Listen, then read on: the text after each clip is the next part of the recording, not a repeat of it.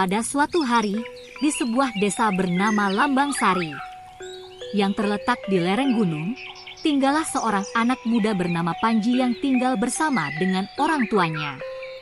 Dia memiliki teman setia, seekor panda yang lucu bernama Pompong. Panji adalah seorang anak yang baik hati dan penuh semangat. Dia selalu siap membantu siapapun yang membutuhkan. Di bulan Ramadan ini, para penduduk desa sangat bersemangat di dalam menjalankannya. Mulai dari kegiatan pengajian ibu-ibu, kegiatan pesantren kilat anak-anak, hingga acara ngabuburit dan berburu takjil. Namun Panji tahu, sebagian penduduk desa bukan orang yang mampu. Jangankan untuk berburu makanan dan minuman takjil. Berbuka pun kadang hanya minum air putih saja. Selepas sholat taraweh, Panji menceritakan kondisi warga desa yang kurang mampu. Panji menyampaikan kepada Pak Haji Maisal yang merupakan guru mengajinya. Panji mengatakan akan mencari buah-buahan dan makanan di hutan dekat desa, serta akan mengumpulkan donasi untuk diberikan kepada warga yang kurang mampu. Keesokan paginya, setelah meminta izin kepada orang tuanya, Panji dan Pompom berjalan menuju hutan untuk mencari makanan atau buah-buahan yang nanti sore akan dia bagikan kepada warga desa Lambang Sari yang kurang mampu. Sesampainya di dalam hutan, Panji dan Pompom bertemu dengan hewan-hewan yang baik hati. Ada tupai yang pintar memanjat, ada kura-kura yang bijaksana, ada burung cendrawasih yang baik hati, dan ada ratu lebah si manis madu. Panji bercerita bahwa dia sedang mencari makanan atau buah-buahan untuk dibagikan kepada warga desa yang kurang mampu. Setelah mendengar penuturan Panji, teman-teman hewan pun berjanji akan membantu Panji mengumpulkan buah-buahan dan makanan untuk dibagikan kepada warga desanya yang kurang mampu.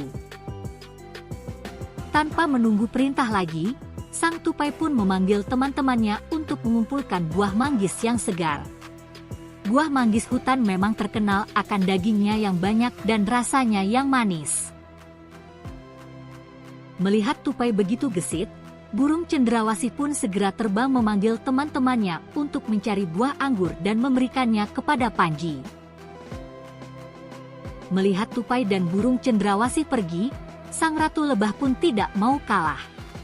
Ia segera memerintahkan pasukannya untuk segera mencari madu hutan terbaik untuk diberikan kepada Panji dan dibagikan kepada warga desa yang kurang mampu. Sementara itu sang kura-kura yang bijaksana telah meminta teman-temannya untuk membawa buah pisang yang manis dan segar untuk diberikan kepada Panji. Sekalipun mereka berjalan pelan, mereka tetap bersemangat membawa pisang di atas cangkangnya. Di saat yang lain mencari buah-buahan, Panji dan Pompom pun tidak tinggal diam. Mereka berusaha memanjat dan memetik buah durian yang lezat. Dengan susah payah Panji dan Pompom memetiknya. Panji dan Pompom merasa sangat bahagia sekali, karena mereka dibantu oleh hewan-hewan hutan yang baik hati. Kini mereka mendapatkan buah-buahan yang melimpah, dan mereka pun mengucapkan terima kasih dan segera kembali ke desa. Saat perjalanan kembali menuju desa, Panji dan Pompom diawasi oleh sekawanan kera. Mereka tampak ingin merebut buah-buahan yang dibawa Panji dalam kereta.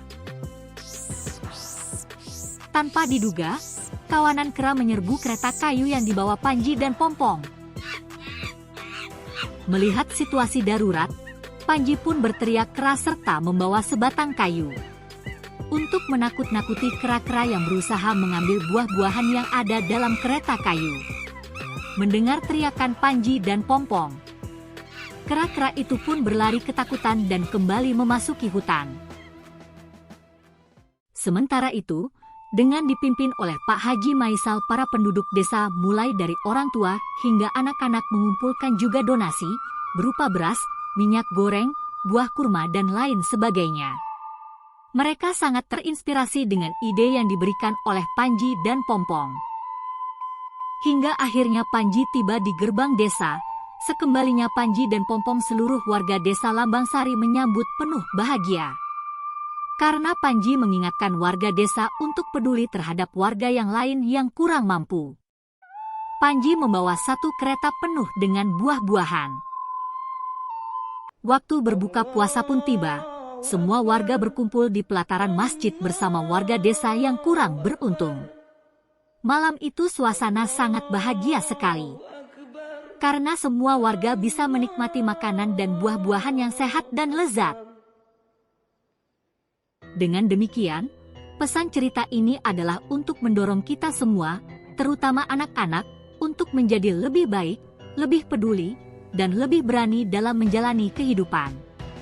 Jangan lupa terus ikuti channel Cerita Anak Bahagia. Jangan lupa subscribe, like, share, tinggalkan komentar dan nyalakan notifikasinya. Agar kami lebih bersemangat memberikan kisah petualangan seru lainnya.